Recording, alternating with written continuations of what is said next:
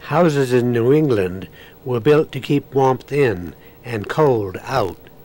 They always faced south to receive the maximum warmth of the sunlight. An overlight over end and front doors lighted halls dimly. On the earliest houses, the gable end of the roof is flush with the house's end. Clapboards, with the overlap increasing toward the sill, offered protection. Cellars kept frost away. In the cellar, a large block, usually of stone, supported the big chimney. The kitchen fire burned continuously, for it was here, in the keeping room, where the family lived during cold weather. Shutters, which slid into the partition, cut out the cold of winter. Large timbers, squared by an adze, formed the frame of the house. Londonderry had 3 parishes, created by the Colonial Council of New Hampshire. The East Parish, now Derry, the West Parish, still Londonderry, and the 3rd Parish, now Windham. The West Parish was created in 1730, with Beaver Brook as its southwestern boundary. The purpose of European colonies like New Hampshire was to supply raw material to the mother country. England needed linen, as well as pine masts for ships.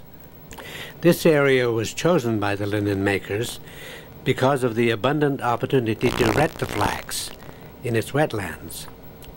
Once the retting had softened the woody casing of the flax plant, it was broken and pulled through increasingly finer heckles until ready for spinning.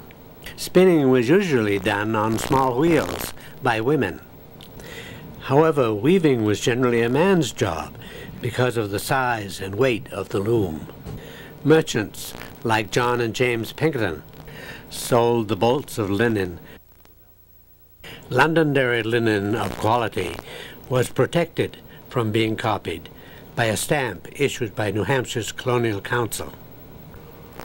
Like the turned legs of the spinning wheel, other furnishings of Londonderry's homes show the graceful, slender curves fashionable during the 1700s.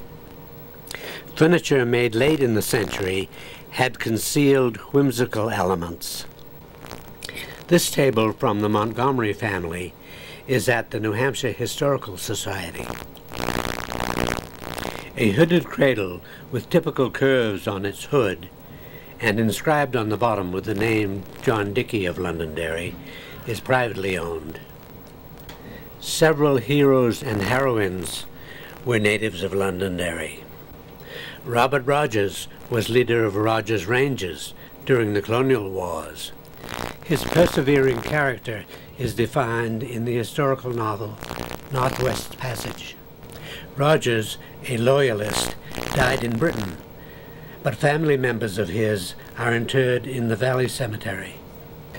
The Patriot General, John Stark, a First Parish native, was introduced to warfare as one of Rogers' Rangers.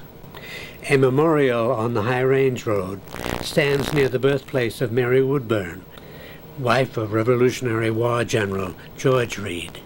This quote by Stark is inscribed thereon. If there is a woman in New Hampshire fit for governor, it is Molly Reed.